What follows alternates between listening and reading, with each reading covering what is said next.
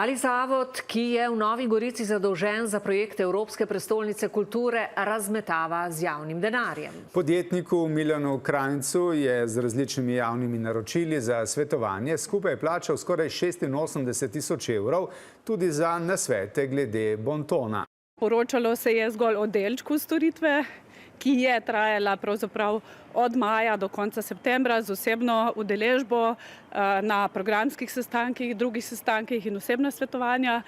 Kodeks je pa bil le kot en del zaključnega poročila. Milan Krajnc nam je pisno pojasnil, da znesek 86.000 vključuje tudi 22% DDV, zajema pa svetovanja, koordinacijo in organizacijo ter 4-mesečne plače 2 zaposlenih.